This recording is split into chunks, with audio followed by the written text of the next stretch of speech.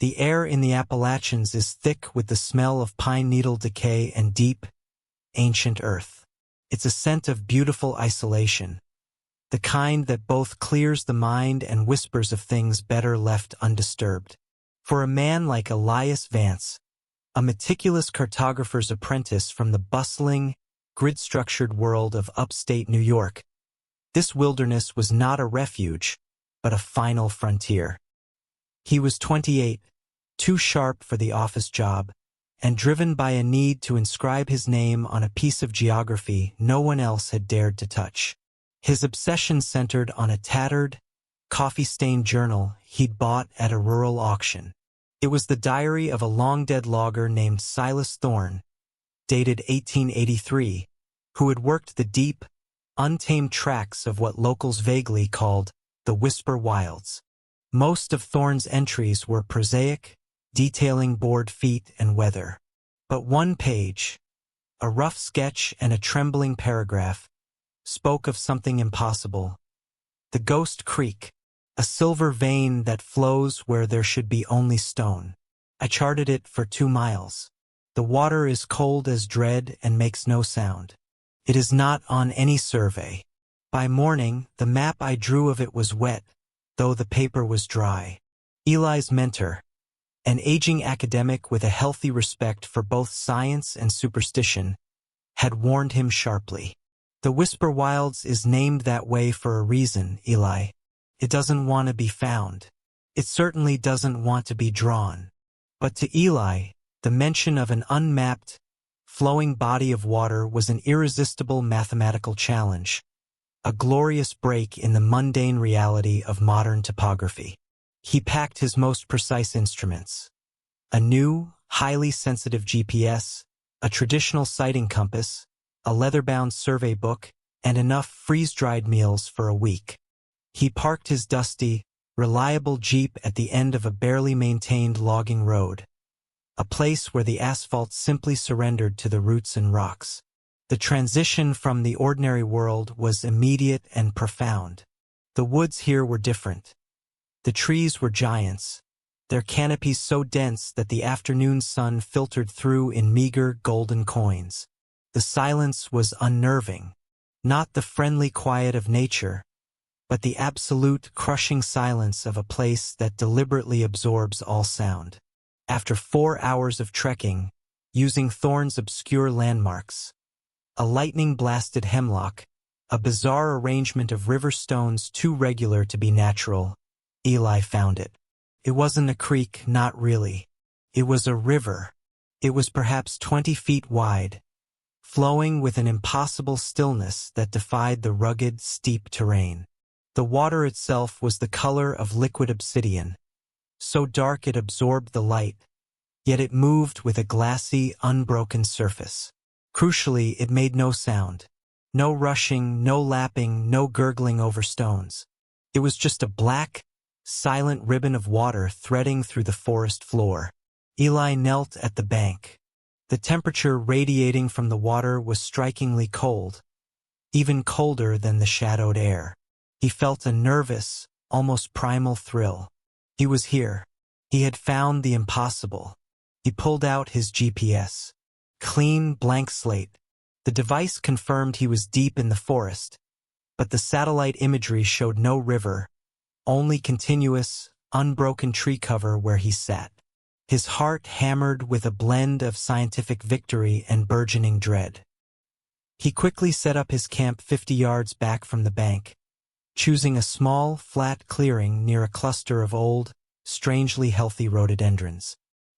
He cooked a simple meal, the small sputter of his gas stove sounding like a cannon in the oppressive silence. Every instinct, every rational, learned response, told him to take a sample, plot the coordinates, and leave before nightfall. But the cartographer's soul in him demanded a record, a proof of existence. He decided to spend the night, to begin the full survey in the cold, clear light of morning. As the sun sank, painting the sky with impossible shades of orange and violet high above the tree-line, the silent river began its transformation. The unnatural cold intensified, seeping into the clearing. And then, without any warning from the still air, a fog began to coalesce. It didn't drift in from the valley or crawl over the water. It simply formed 50 feet above the river's surface, hanging like a shroud. It was dense, bone-white, and utterly motionless. The light of his small campfire seemed to be swallowed by it, creating an almost perfect, insulating curtain between Eli and the world beyond the clearing. He tried to shake off the creeping sense of panic, reminding himself that fog is a natural phenomenon, especially near cold water sources. But the stillness was wrong. He felt less like a camper and more like a specimen under glass.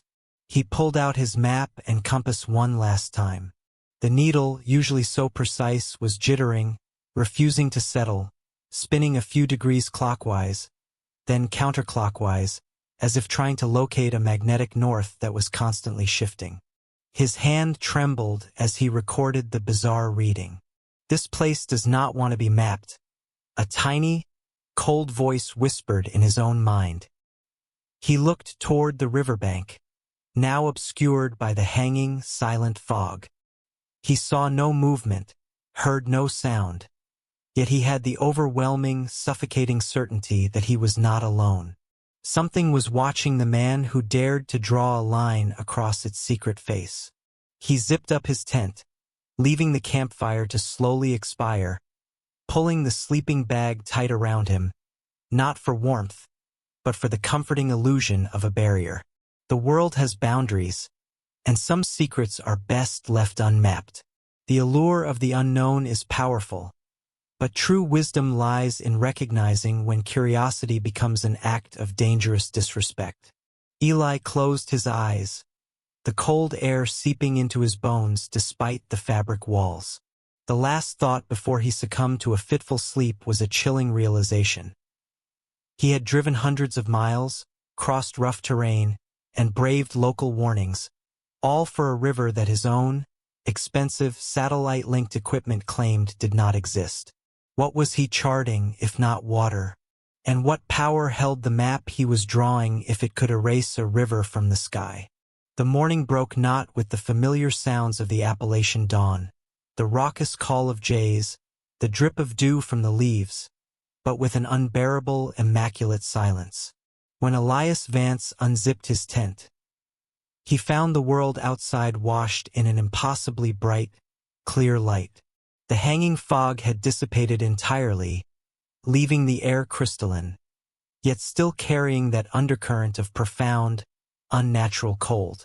The ground, however, was damp with an excessive dew, like the earth itself had been weeping overnight.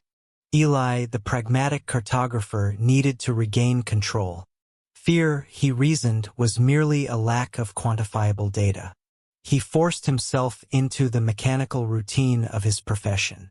He set up his tripod, mounted his transit, and began measuring his baseline. The river, that obsidian ribbon, lay before him, seemingly inert under the morning sun. He meticulously noted the compass variation, which was still frustratingly unreliable, and the precise azimuth of the first few control points on the opposing bank. The initial findings were immediate and illogical. The river flowed south-southwest, standard for this region, but the elevation readings were bizarre. According to his altimeter, the water level over a 1-mile span should have dropped several feet, generating a natural, audible current. Yet, the river remained perfectly flat, perfectly silent, defying gravity and fluid dynamics as if its flow was guided by some internal, unknown law. It was a cartographer's nightmare, a beautiful anomaly that tore at the very fabric of his scientific belief. Driven by a strange mix of frustration and awe, Eli ventured downriver, following the bank to establish further control points. The deeper he walked, the older the surrounding forest became. He entered a section of towering redwoods and ancient oaks where the trunks were wider than his jeep. These were untouched, virgin woods untouched by the modern saw, or so he thought. Stopping to mark a key observation point, Eli noticed something subtle carved into the thick bark of an old hemlock, partially overgrown by moss and lichen. It wasn't the shallow, modern tagging of teenagers or hunters. It was a series of deep, angular lines, arranged in a disturbing, repetitive pattern. He ran his hand over the cuts. They felt ancient, weathered by centuries of rain and sun. The pattern resembled no alphabet, nor any known tribal or logging mark he'd ever studied. They were too purposeful to be natural decay, and too primal to be man-made. They looked like lines drawn by something with the cold, precise intent of a mapmaker, but using the wrong medium. He recognized a few recurring motifs. A wavy line crossing a circle, a trident shape with the middle prong impossibly elongated, and a series of dots that seemed to represent a constellation he couldn't place. These were not warnings. They were boundary markers, and they spoke of a knowledge far older than any human settlement in the Appalachians. They suggested that this river had been acknowledged, respected, and even mapped by something long before Silas Thorne, and certainly long before Elias Vance. As he knelt by a particularly large, moss-covered stone to sketch the symbols, a sensation prickled the back of his neck. It was not the feeling of being watched, but the much more visceral feeling of sound felt, not heard. He froze, his pen hovering over the paper. A low, rhythmic humming began to reverberate up through the ground and into his knees.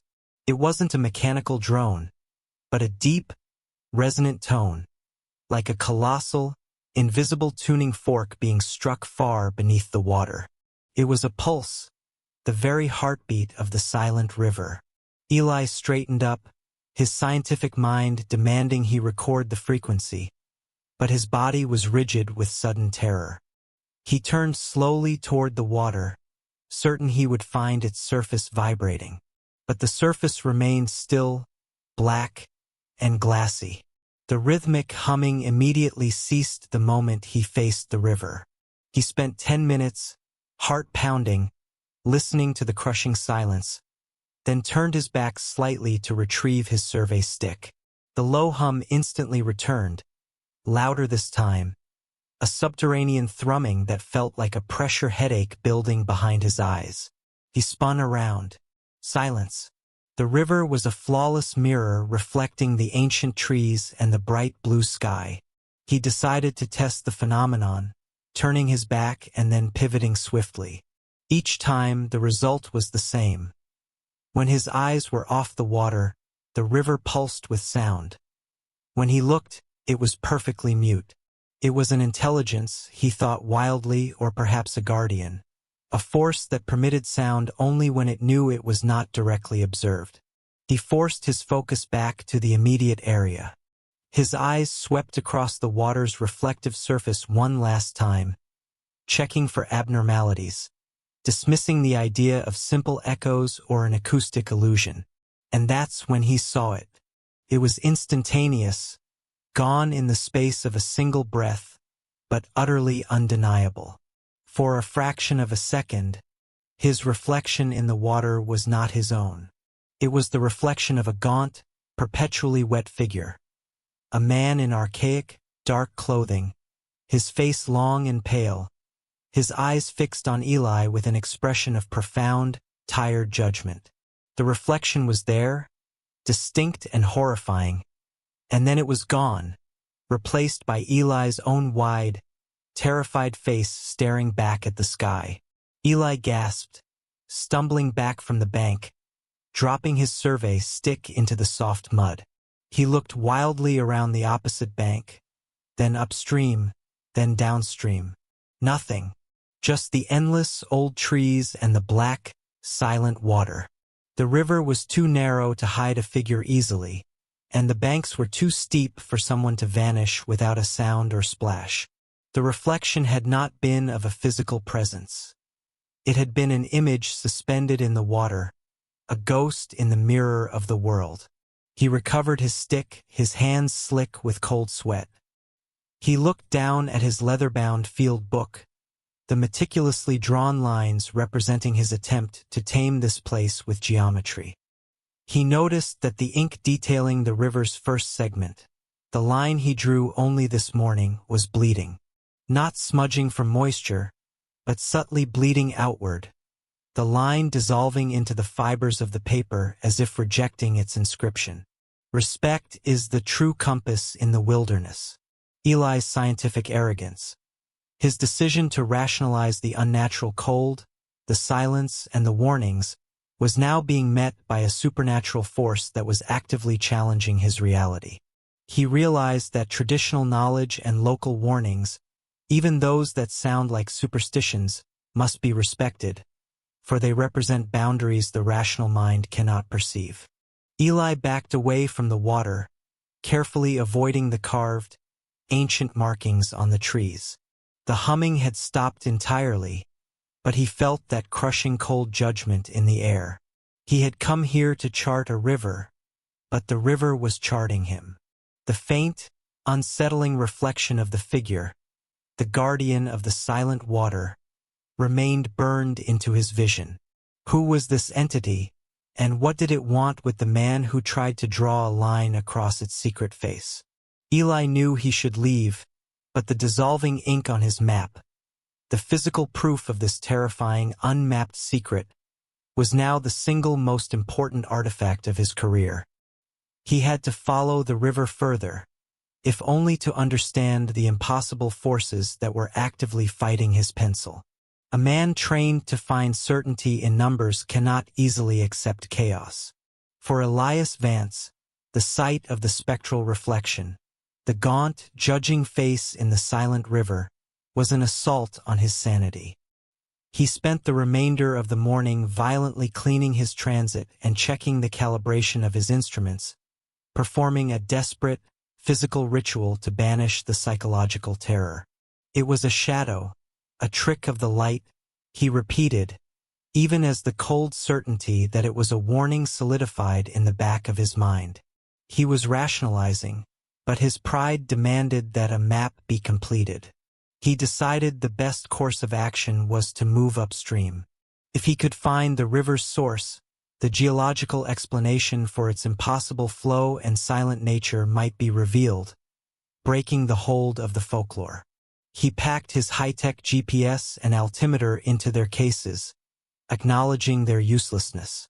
The river, he realized, required an analog approach.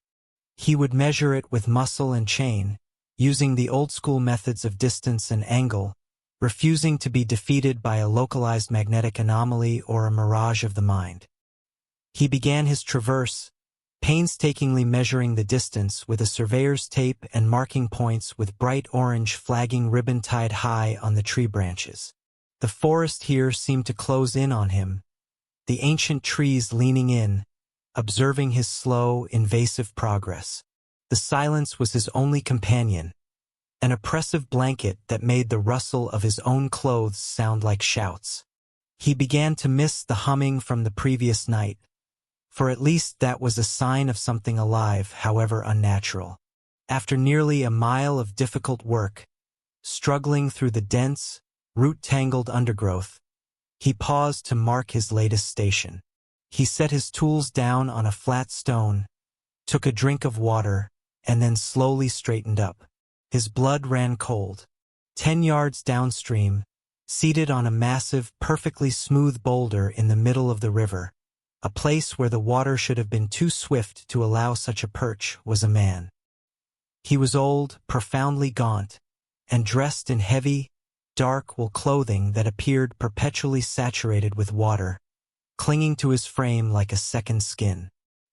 He wore a wide-brimmed felt hat that obscured his eyes, and he sat with the motionless patience of a heron, holding a simple, unvarnished wooden fishing rod.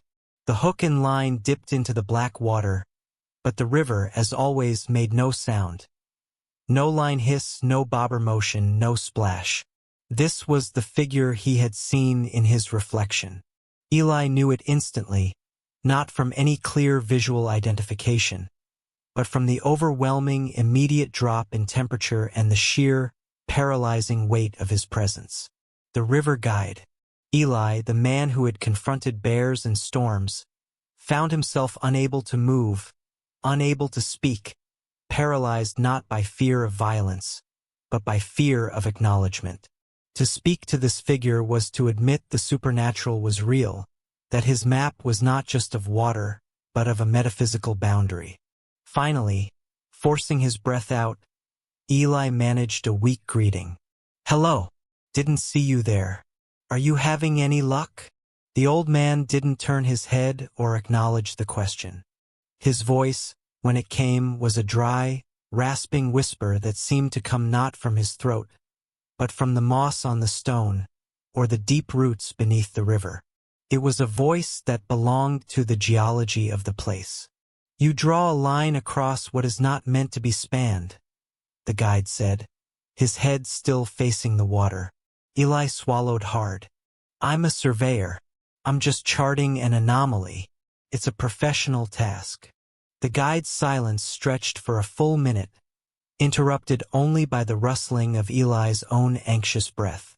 Then, the guide slowly raised one hand, pointing a long, white, ancient finger directly at the survey book lying open on the stone. "The water does not mind your lines, young one. It is the deepness of the line it minds. You draw too deep a line, and the river will flow where your line should be. It will flow where your life should be." He lowered his hand and went back to his fishing, the rod perfectly still. The warning was delivered not with anger, but with the tired finality of an ancient caretaker. Eli's scientific defenses crumbled. The man knew exactly what he was doing and why. The warning was too specific, too personal. Who are you?" Eli finally asked, his voice shaking. The guide didn't answer, but as Eli dared to take a step closer to the water, the old man slowly lifted his head, turning it with an agonizing slowness. For the first time, Eli saw the guide's eyes, and they were the most disturbing feature of all. Dull, perfectly black, and utterly empty of human light, like two sunken stones in the riverbed. They did not look at Eli. They simply registered him. In a surge of self-preservation, Eli reflexively spun around, grabbing his survey tape and his field book, his mind screaming run. It was a fraction of a second, the time it took to bend and straighten. When he looked back at the boulder in the middle of the river, it was empty. There was no sound of a splash, no ripple in the obsidian water, no discarded rod, no sign of the man. It was as if the guide, the stone, the fishing rod, and the dire warning had been a single cohesive illusion, allowed to exist for the span of the warning and then retracted by the river itself. Eli stumbled backward, away from the bank, his feet finding purchase on a patch of slick moss. He sat there, his back against a massive tree trunk, breathing in choked, shallow gasps. He was not going mad. This was real. This river was guarded, and he had been issued a direct, unequivocal warning by its sentinel. His arrogance, however, was still a stubborn, driving force. He looked down at his survey book, at the clean, straight lines he had already drawn. The old man had confirmed the river was supernatural. That meant it was an even greater discovery, a secret of the earth that few humans ever get to witness. To turn back now would be to admit defeat, to surrender to superstition. "I've come too far," Eli thought, the lie twisting in his gut. "I just need to finish the map, and then I can leave." He rationalized the danger away, convincing himself the guide was simply a test of resolve. Honesty with oneself is the first step toward safety. Eli, driven by the arrogance of the intellect, chose to rationalize away the undeniable truth, that he was in danger from an ancient, powerful entity, by pretending the supernatural warning was merely a test of his professional endurance. His pride was now the compass leading him into the deep unknown. With shaking hands, Eli picked up his charcoal pencil and forced himself to continue plotting the next point. But the precision was gone. He looked at the perfect, straight lines he had drawn yesterday and noticed they had begun to subtly curve, mimicking the natural warping of the river. He was losing control of his work, and the old man's image, those vacant stone eyes, was now indelibly mapped onto his mind. The river wasn't just warning him to stop. It was subtly, patiently, unmapping his entire reality. Eli wondered what the guide was truly fishing for in those silent, black waters, and whether he, the unwelcome cartographer, was about to become the catch. The disappearance of the river guide should have been Eli's definitive cue to flee. A silent man vanishing from the middle of a silent river defied physics, biology, and common sense. Yet, instead of running, Eli felt a terrifying clarity. The rules of his world, measurements, coordinates, and logic were useless here. To survive, he had to understand the new rules, the impossible folklore that governed this uncharted place. His fear was now compounded by a desperate need for knowledge, a fatal curiosity that overshadowed his survival instinct. He plunged deeper into the woods, following the river's unwavering course upstream. The deeper he went, the more ancient the landscape felt. The ground was cushioned by centuries of accumulated leaf litter, and the air was heavy, smelling less of earth and more of old, cold stone. He had lost track of time. Without the sun penetrating the canopy and with his technology useless, the passage of hours became a subjective blur, marked only by the rise and fall of the oppressive silence. He was using his survey chain, methodically measuring distance when he noticed a break in the sheer density of the trees, a small, unnatural clearing ahead.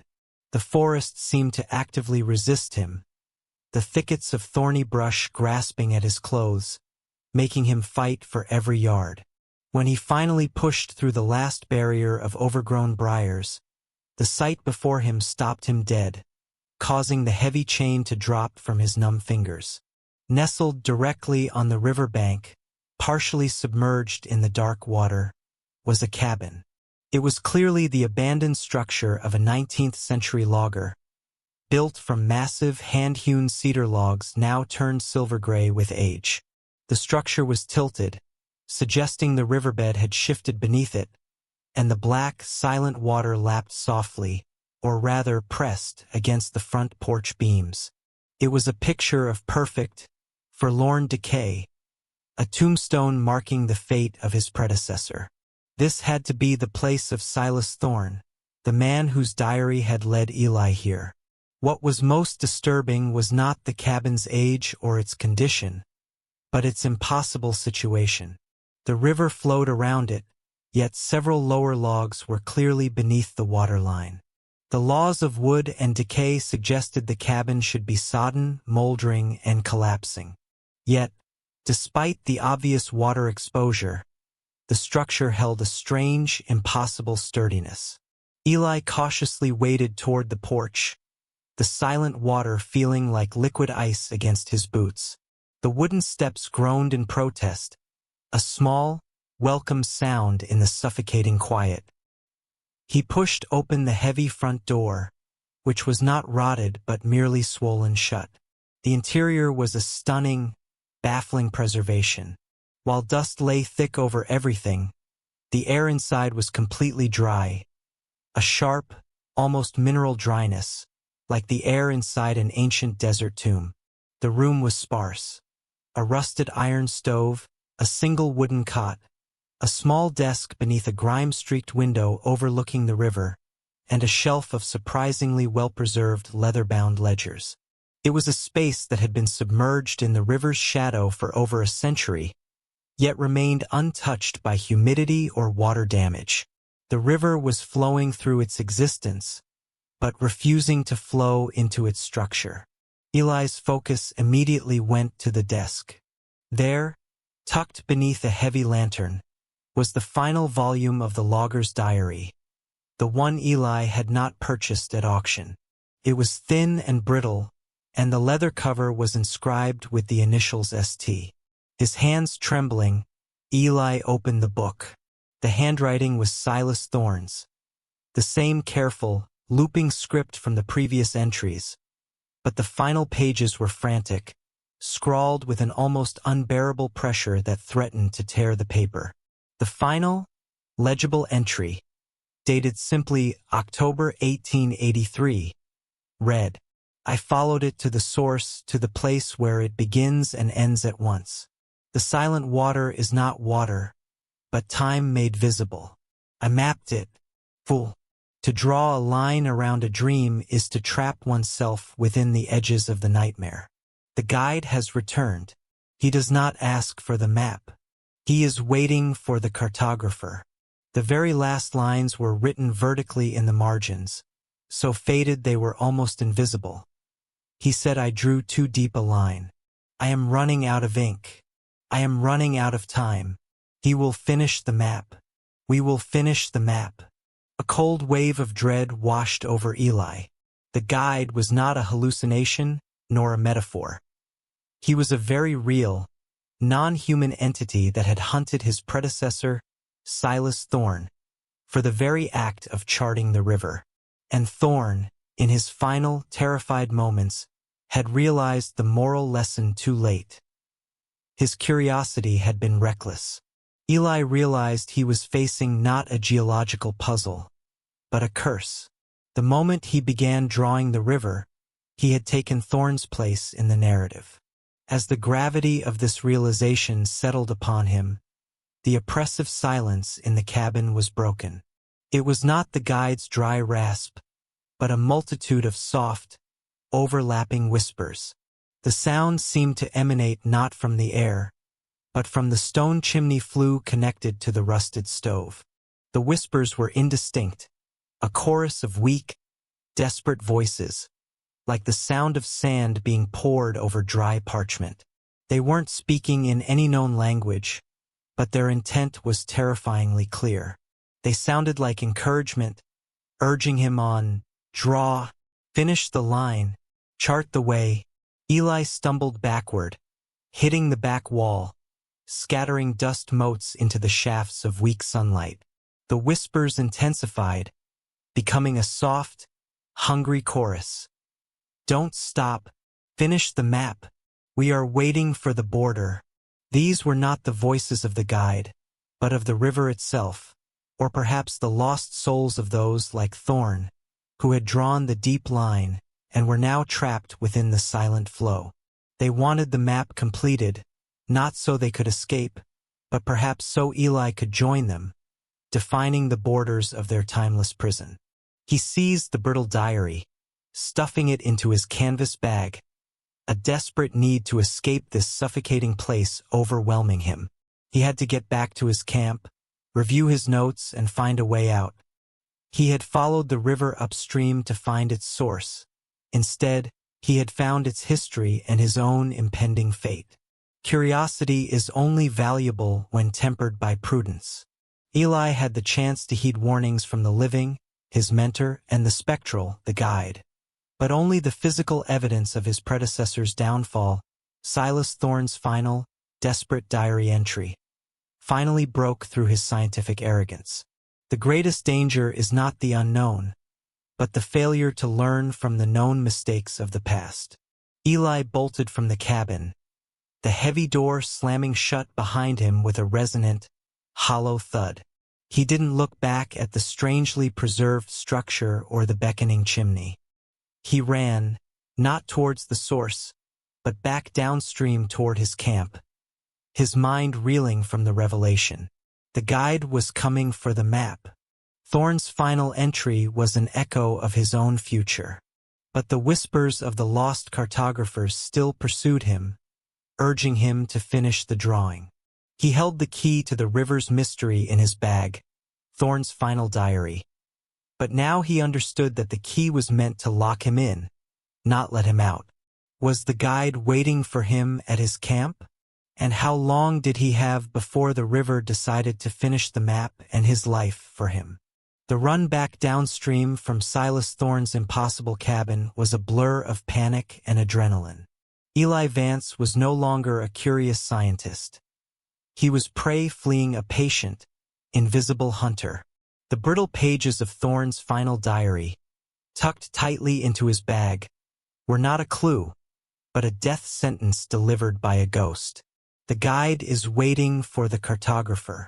Eli's only thought was to get to his camp, gather his few belongings, and cut inland, abandoning his quest and the terrifying river forever.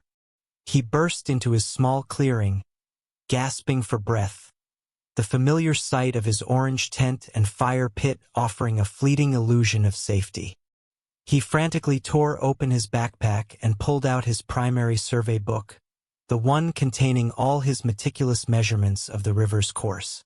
He needed to plot a route out using his measured distances to find the old logging road, ignoring the failed GPS. But as he spread the charts and calculations across his damp ground sheet, his hands froze. The lines, angles, and distances he had so painstakingly measured over the past 2 days did not connect. His coordinates, plotted from yesterday's starting point, showed the river running straight for 2 miles.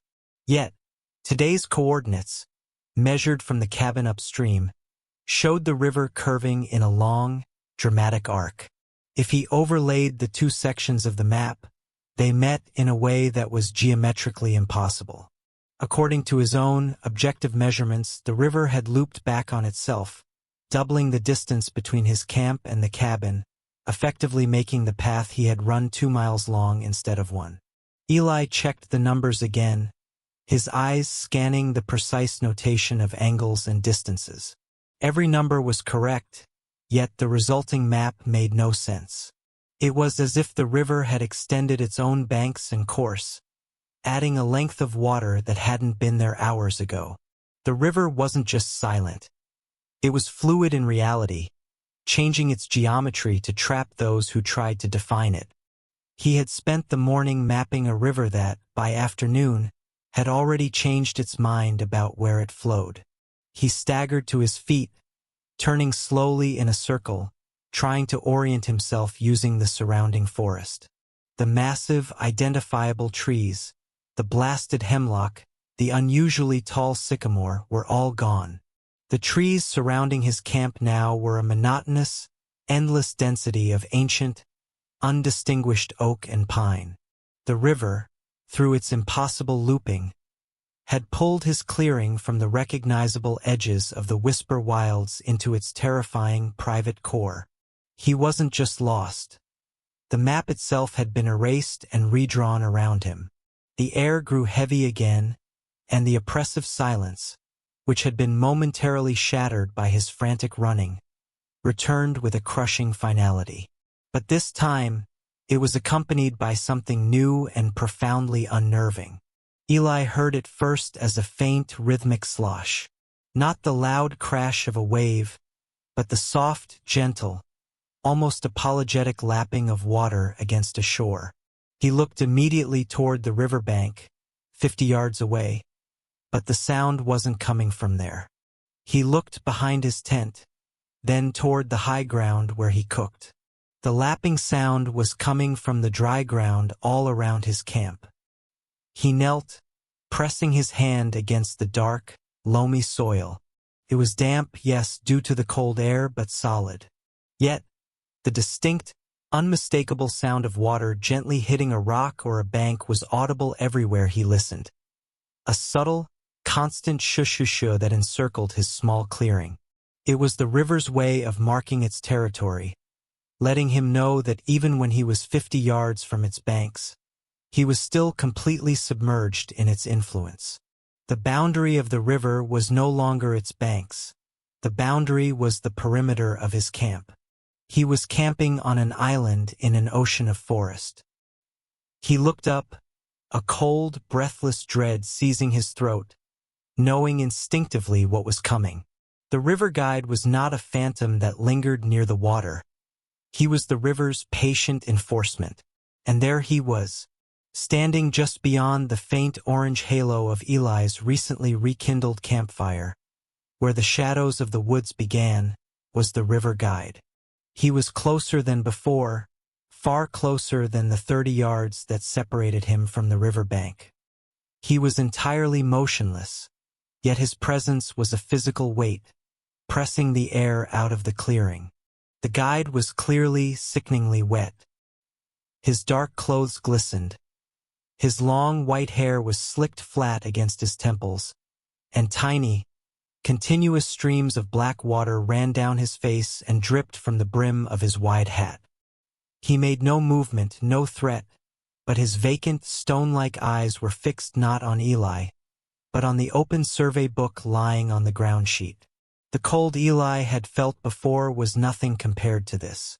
It was an intense, internal cold that felt like the blood slowing in his veins, paralyzing him completely. This was not the chill of the forest, but the cold of the deepest ocean floor. The guide raised one hand, the same long, ancient finger that had pointed at the map by the boulder, and he slowly, silently pointed toward Eli's discarded pencil, then to the incomplete lines on the chart. Eli Vance, the meticulous cartographer, finally surrendered to the undeniable truth. He was no longer charting the river. He was the subject of the map. He was trapped in the impossible geography, encircled by the phantom lapping, and standing face to face with the entity that had come for Silas Thorne's life. He knew with devastating certainty that he could not run. Humility is the price of confronting the supernatural. Eli's overconfidence in his tools and his rational mind was completely subverted by the river's power to manipulate reality. When the world proves your foundational beliefs wrong, survival depends on abandoning arrogance and accepting the power of the unknown. Eli slowly sank to his knees, utterly defeated, the intense cold radiating from the guide locking his muscles in place. The guide remained still, his black eyes patiently waiting. Eli's charts were a mess of impossible angles and contradictory distances. The river had won the battle of geometry. But now that the river guide was standing watch over him, right here in the center of the invisible loop, what was the next phase of the curse? Would the guide demand the destruction of the map? Or was the guide simply waiting for Eli to finish the final line? The line that would complete the map and perhaps end the cartographer? For what felt like an eternity, Elias Vance and the river guide held silent vigil. Eli, kneeling on the cold, damp earth, was utterly paralyzed by the guide's gaze. Those depthless, stone-like eyes that registered his presence without emotion or malice.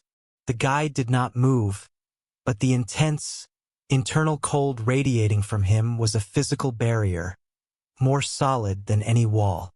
Eli was trapped, centered on the coordinates of a river that didn't exist, circled by the ghost lapping of phantom water. When the guide finally moved, it was only a slight tilt of his water-slick head, a movement so subtle Eli might have imagined it. He realized the silent figure was not waiting to harm him. He was waiting for submission. He was waiting for Eli to acknowledge the river's true authority. A desperate, primal surge of fight or flight broke through the paralysis. Eli scrambled to his feet, grabbing his satchel that held Thorne's diary and his precious, cursed charts. He was not going to be another victim trapped in the river's infinite loop. He chose a direction, straight inland, away from the water, and crashed through the nearest wall of brush, running with blind, desperate energy.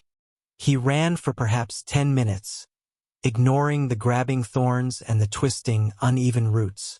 He ran until his lungs burned and his legs screamed in protest.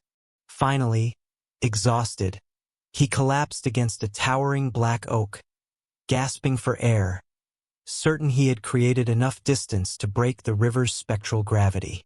He pulled out his compass, hoping the distance had freed the needle from the localized magnetic chaos. The needle spun wildly, settling for a brief, hopeful second toward north, before snapping back with violent force. And then he heard it, that soft, gentle, unmistakable lapping sound. He pushed himself up and looked through the dense trees, and his heart plummeted. There, barely 30 yards ahead, was the silent, black river. It hadn't been a straight path.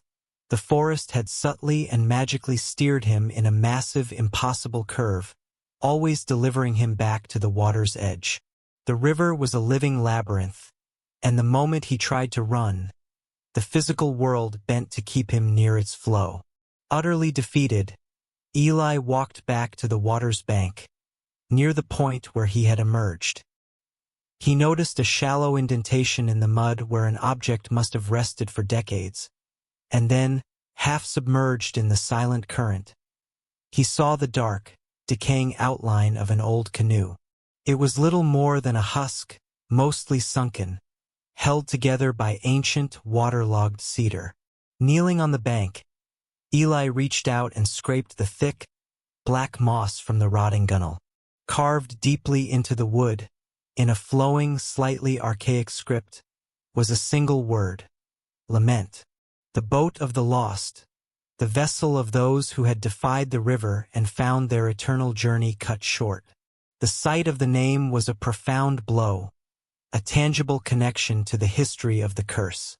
Silas Thorne had lamented his fate, and this derelict craft was perhaps the only remnant of the guide's previous victim, perpetually bound to the water that had claimed him.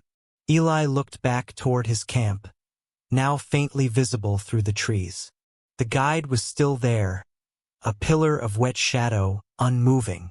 He knew he had to destroy the map, the object of the guide's obsession. Rushing back to the clearing, Eli frantically gathered all his survey books, his meticulous charts, and the brittle pages of Thorne's diary. He piled them into the center of the cold fire pit, poured his remaining canister of stove fuel over the mound, and struck a match. He was offering a sacrifice to the river, a desperate plea for release. The match caught the fuel, erupting in a violent yellow flash. The flame leaped high, licking at the edges of the paper. But the thick, leather-bound books and the heavy survey paper that should have burned instantly, only curled and blackened at the edges. The pages refused to ignite, remaining stubbornly intact, as if the paper was infused with the same non-combustible essence of the impossible dry cabin. The fire consumed the fuel and died down, leaving the maps unscorched, covered only in a layer of soot. The river would not allow the evidence of its existence to be destroyed. Frustrated, terrified, and utterly out of options, Eli looked toward the guide, a silent question in his eyes. He slowly approached the bank again, staring into the perfectly still, black water. And there, in the glassy surface, he saw a vision that turned his blood to ice.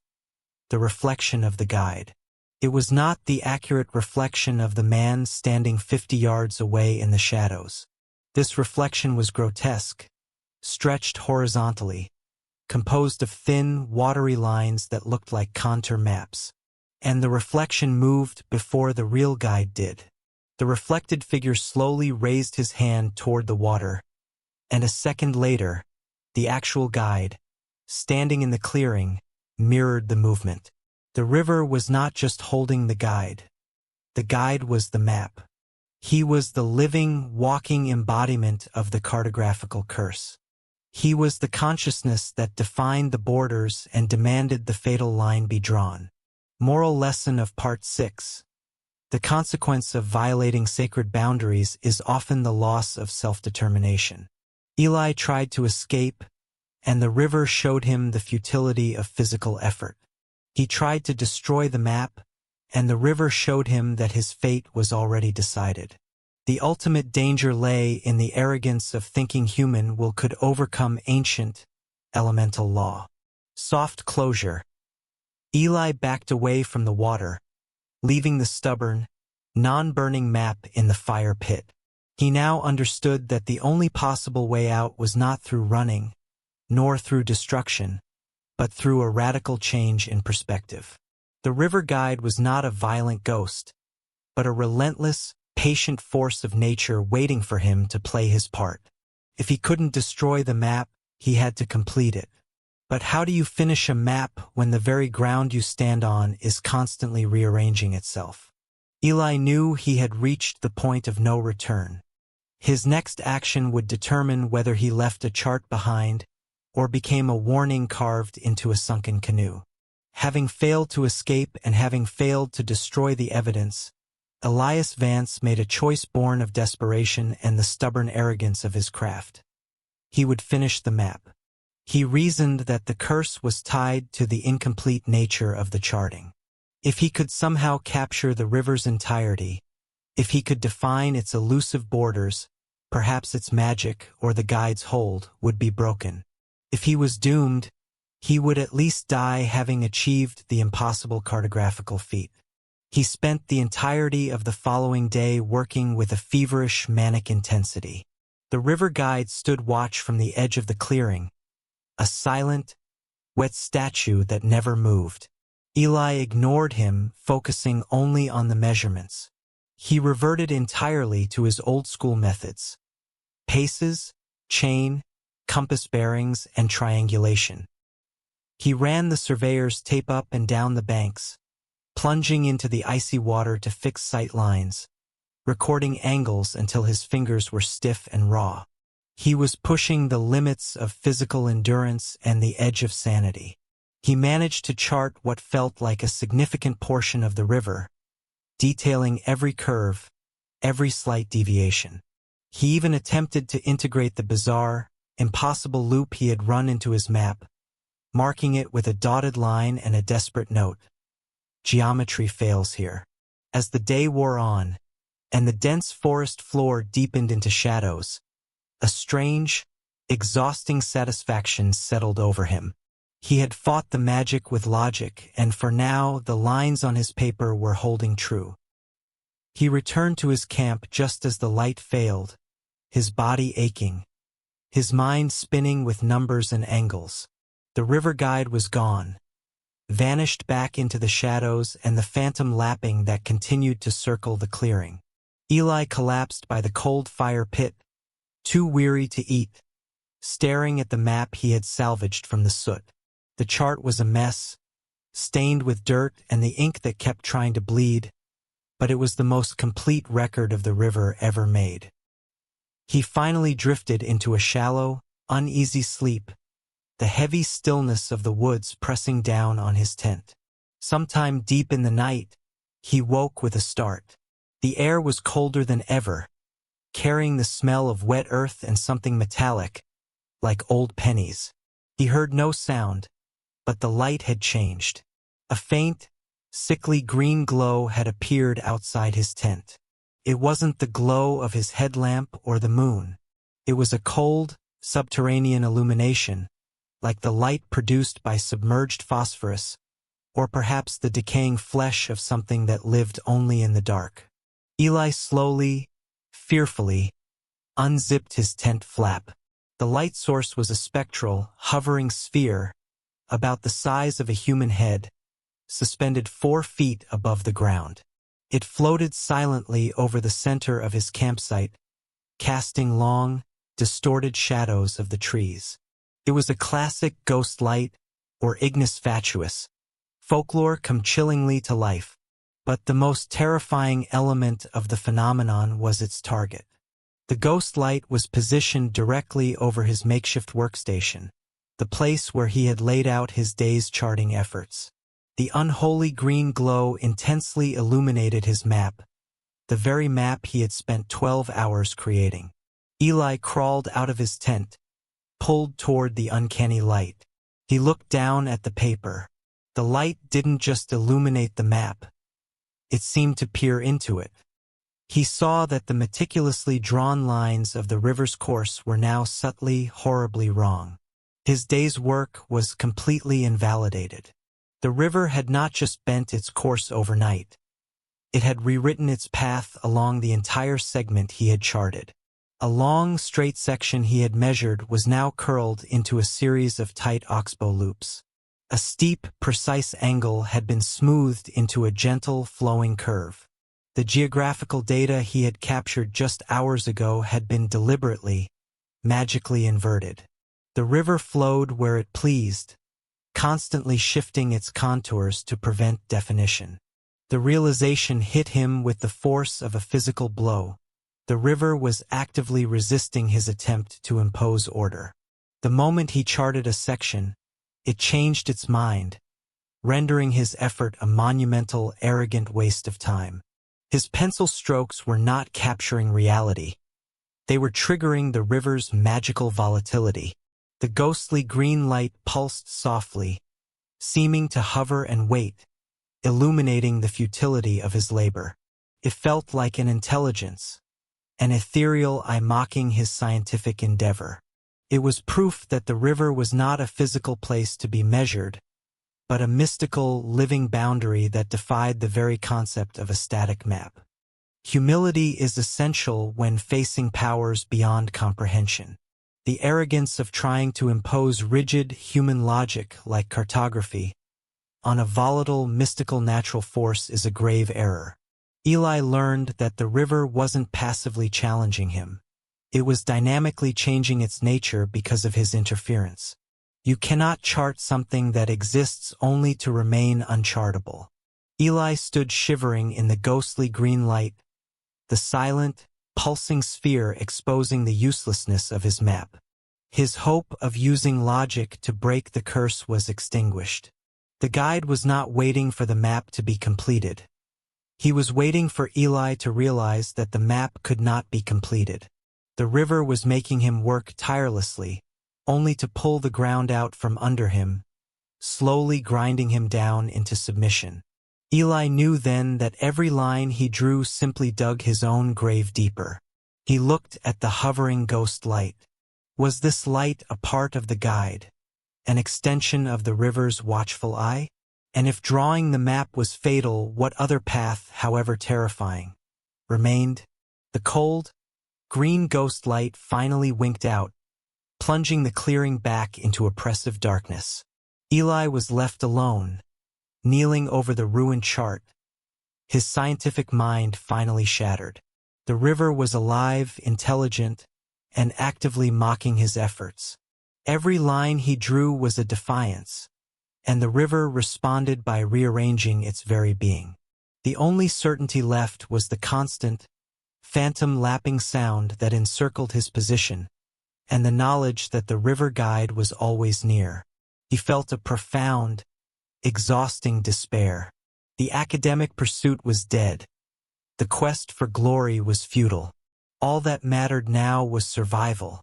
Since he couldn't destroy the map with fire, a natural force, and he couldn't complete it with logic, a human construct, he had to resort to the oldest form of communication with the unknown: sacrifice. He slowly gathered one of his unused, pristine survey books, a ledger of blank pages representing his future unwritten work. He tore out a handful of sheets, along with a few pages of his personal notes, the initial excitement, the arrogant predictions, the history of his journey. He put them back in the cold fire pit, poured a small amount of his precious drinking water over the pile, and whispered a desperate, unscientific apology to the silent woods. "I abandon the search. I give up the claim. Let me pass." He didn't try to burn it. He simply left the damp pages as an offering of surrender. It was a gesture of humility, the relinquishing of his ambition, an attempt to appease the elemental forces that had trapped him. He retreated to his tent, too weary to sleep, but needing the illusion of a wall between himself and the terrifying reality. He lay there, listening to the insidious circular lapping, when he felt the sudden, distinct drop in temperature, the guide's arrival. He pulled the zipper down just enough to peek out into the shadows of the clearing. The guide was not standing at the edge this time. He saw the evidence of the guide's passage first. A faint, but perfectly defined, line of waterlogged footsteps traced a path around the perimeter of his tent. These were not muddy prints. They were clear, water-saturated indentations, as if the guide had just emerged from the depths and walked the line of the phantom lapping. What was horrifying was that the dry earth did not retain the moisture.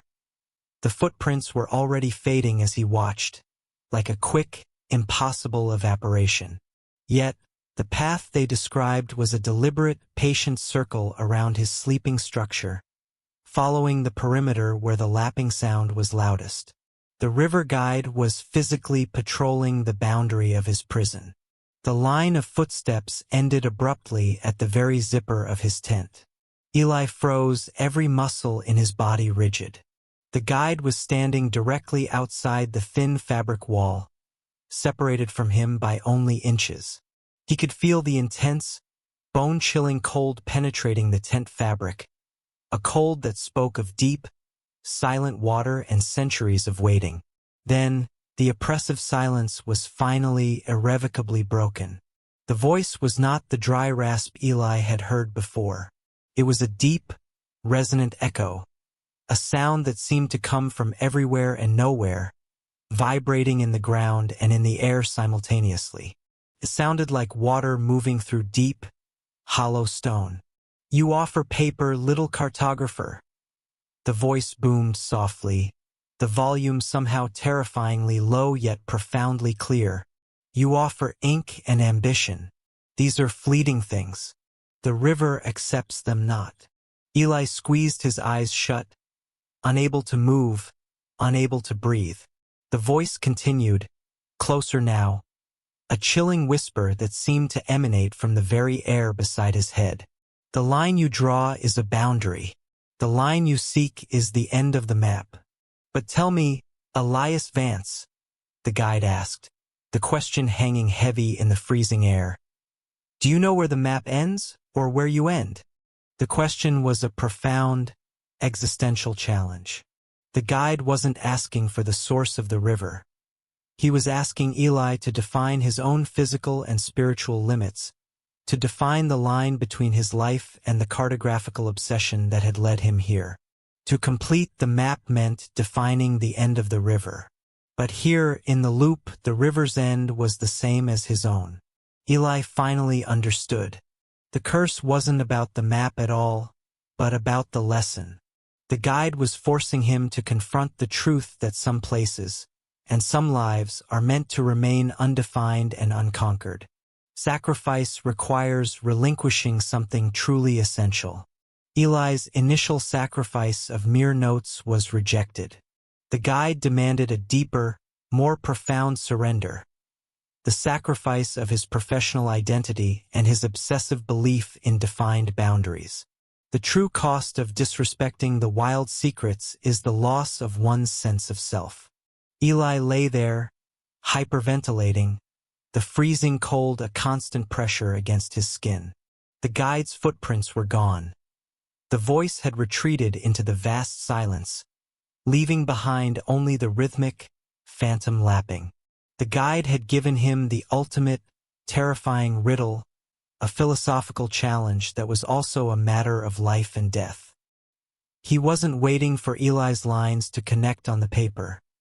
He was waiting for Eli to draw the line between his own will and the river's will. Eli had to find a way to escape the map without completing it. A way that required neither charting nor destruction, but something entirely different, something truly humble. The cold light of dawn filtered through the thick canopy, painting the clearing in muted shades of gray and blue. Elias Vance emerged from his tent, utterly defeated, but with a terrifying stillness in his heart. The guide's final question, "Do you know where the map ends, or where you end?" had resonated with the clarity of a death knell. He finally understood. The curse was a trap of the mind. The map ended where he accepted his own boundaries. The river was not a place to be measured. It was a test of ego.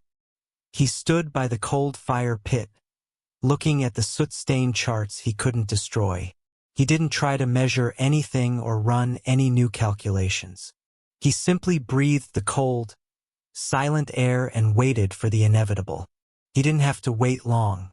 The river guide materialized slowly, not with a sudden flash or a crash, but with the silent, seamless grace of fog rolling over the water.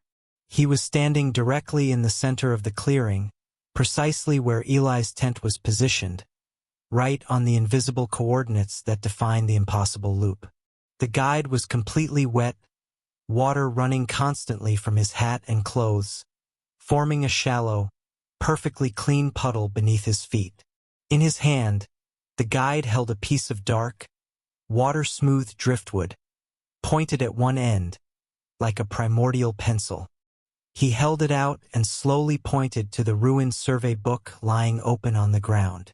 Eli walked toward it, his legs moving with heavy resignation. When he looked down at his latest, most frantic chart, the one he had worked on just hours before, he saw it. The map was completed. The river guide had finished it for him. The hastily drawn lines, corrected by the guide's unseen hand, now formed a continuous, perfect path. It was a precise, unbroken circuit that flowed back into itself, confirming the impossible geometry Eli had only theorized. The river had no source, no mouth. It was a perfect, self-contained loop, a boundary of infinite containment. And in the exact center of that drawn loop, where the lines circled tightly inward, the guide had pressed the sharpened driftwood deep into the paper, marking a single stark X. That X was the exact, absolute location of Eli's camp. "The line is complete," the guide's echoing voice whispered, closer and colder than ever. "The map is drawn. The center is found."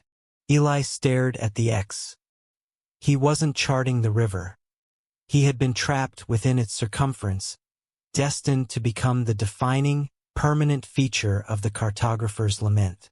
He was the map's center, the fixed point in a world of fluid chaos. He had become the equivalent of Silas Thorne's final entry, the lament of the man who dared to draw too deep a line. A terrifying, desperate surge of self-preservation hit him. No, he thought, I am not fixed. He turned and bolted, running not toward the river, but straight toward the periphery of the clearing, hoping to break the circular curse by sheer force of will, to step outside the drawn line of his doom. He managed only 4 desperate steps before the guide lifted his hand, palm open, still and silent. The river, 50 yards away, responded instantly. It did not rush or roar. Without a single sound, a high, glassy wall of black water rose from the river banks, moving with unnatural speed across the dry ground. But the water did not crash or flood the area. It surged only enough to reach Eli's ankles, forming a perfect, knee-high circle of water that instantaneously surrounded his entire clearing. The water was impossibly still, holding its unnatural level on the sloping ground, acting as a flawless, shimmering black fence. It reached Eli's shoes, gently licking his ankles with water that felt like liquid nitrogen. But it went no further. It had defined the boundaries of the perfect circle drawn on the map, trapping Eli exactly at the center. He was encircled, contained, and absolutely helpless. The guide, still in the center of the clearing, had trapped him without violence, without a rope, simply by making the physical world conform to the lines he had drawn. The acceptance of one's limits and the futility of one's efforts is the only way to understand certain mystical forces. Eli realized his relentless need to define and conquer was the very thing that made him vulnerable. He had been so focused on where the river ended that he failed to define where he ended, the boundary between his professional ego and his basic human need for survival. Soft closure. Eli stood motionless in the freezing water, his gaze locked with the vacant eyes of the river guide. The map was finished. The perimeter was defined. The guide had completed the curse. He held the key Thorne's diary and stood on the X of his own doom. The guide was waiting for the final act, the ultimate surrender. But Eli, soaked in the river's ice-cold enclosure, still felt a tiny flicker of defiance. What did the guide truly want him to surrender? The map was drawn, but the line to freedom had not yet been revealed. Elias Vance stood in the heart of the river's loop, encircled by the perfect, silent ring of black, ankle-deep water. The cold was a constant, excruciating pressure, but the emotional clarity was absolute. The guide had finished the map, marking Eli's location with the final, condemning X. The question was answered not with a word, but with a horrifying physical reality. The map ended where Eli's life, his free, unburdened life, had been drawn to a close. To complete the circle was to be trapped within it forever, destined to join Silas Thorne and the other whispering voices of the lament. The only way out was to unchart himself. The guide, standing motionless in the center of the clearing, was not waiting for Eli to draw another line. He was waiting for Eli to make the final sacrifice, the surrender of his obsessive need to conquer and define the natural world. Eli looked down at the freezing water around his ankles, the fluid boundary that held him captive. He slowly, deliberately began to remove his gear. He unbuckled his heavy canvas satchel containing Silas Thorne's brittle diary and the guide's finished map, laying them gently on the dry ground just outside the water's edge. He unclasped his expensive, useless GPS unit and tossed it onto the pile. He took off his thick, leather boots and socks, leaving them next to the rest. He was stripping away his identity as a cartographer, shedding the tools and the ambition that had led him to this doomed place. He looked up at the river guide, who remained motionless, his head slightly bowed, as if acknowledging the profound nature of the preparation. Taking a deep, shaky breath, Eli stepped out of the water's perfect circle. The cold rushed away from his skin, replaced by the normal, if freezing, air. He was free of the immediate, magical boundary, but still deep within the woods, and still separated from escape by the silent, black river itself. He then walked to the riverbank. This was the most critical decision. How to cross. If he tried to measure the distance, to plot a course, or to calculate the angle, the river would shift, and the curse would reclaim him. He had to cross it without defining it. He had to surrender to the river's flow, trusting in the unknown rather than his own failing logic. He closed his eyes. The immense, oppressive silence wrapped around him like a shroud. He lifted his hands, a gesture not of prayer, but of profound, ultimate yielding. Then Elias Vance stepped into the black, silent water. The cold was instantaneous and paralyzing, but he did not rush. He did not swim. He simply walked, slowly and deliberately, letting the current, the non-current, support him. He held no line in his head, did not try to judge the depth or the distance. He walked with his eyes closed, abandoning his sight, abandoning his measuring soul. He walked until his feet found the steep, soft mud of the far bank. He scrambled out of the water and onto the opposite side, shivering violently, his heart hammering against his ribs. He opened his eyes. The spell was broken. The air here was merely cold, not unnatural.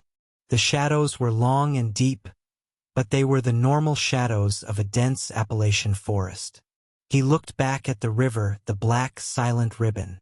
It was still there, but the phantom lapping was gone, and the terrible sense of being pinned to a coordinate had lifted. Standing exactly where Eli had left him, at the edge of the abandoned campsite, was the river guide. He was now holding the completed map and Silas Thorne's diary in one hand. The guide slowly lifted his empty, wet hand, not in menace, but in a final, silent farewell. The guide turned and walked back toward the banks of the river, the silence following his retreat. Eli watched, numb and exhausted, as the dark water seemed to simply accept the guide back into its flow, swallowing him without a ripple, until only the abandoned campfire and Eli's discarded boots remained on the opposite shore. Eli left everything behind. The boots, the tools, the diary, and the completed map. He turned his back on the river that wasn't there, and walked inland, letting the forest guide him with its familiar, chaotic, unmapped reality. After a frantic 3 hours, he stumbled out onto the old, mossy logging road, found his Jeep, and drove away from the Whisper Wilds forever. In the weeks that followed, Eli checked regional satellite imagery and official survey documents. The river remained invisible, a blank space on every professional map. When he returned months later to the coordinates of the logging road he had left, the area where the river should have been was reclaimed by the normal, noisy, root-tangled forest floor. There was no water, no sign of the massive trees, no trace of the cabin or the clearing. The river had finally vanished, erasing its own boundary. Eli Vance never touched a survey book again. He became a quiet academic, teaching the history of cartography. Years later, researching forgotten folklore, he found a passage in a centuries-old local text detailing Appalachian spirit lore. A brief mention of a vengeful water spirit that guarded geographical secrets, forever carrying the cartographer's lament. Beside the entry was a crude drawing of a river that flowed in a perfect circle, with a single X at the center, exactly matching the map he had left behind. The greatest bravery is not in charting the unknown, but in knowing when to respect it and walk away. Eli's true sacrifice was not his paper and ink, but his arrogance. Some mysteries, especially those deep in the American wilderness, are meant to remain unsolved, for they serve as necessary boundaries between the world of men and the power of the ancient earth. Elias Vance now lives in the comfort of the charted world, but he carries the true map with him. It's not drawn on paper. It's traced in the scars on his soul. He is a man who knows that somewhere, deep in the Whisper Wilds, a river flows where it should not, and a silent guide holds a completed map, a map with an X marking the center of a life that almost became a legend. And sometimes, late at night, when the rain is falling, Eli can still hear the soft, phantom lapping of water, reminding him that though he left the map never truly let go of him.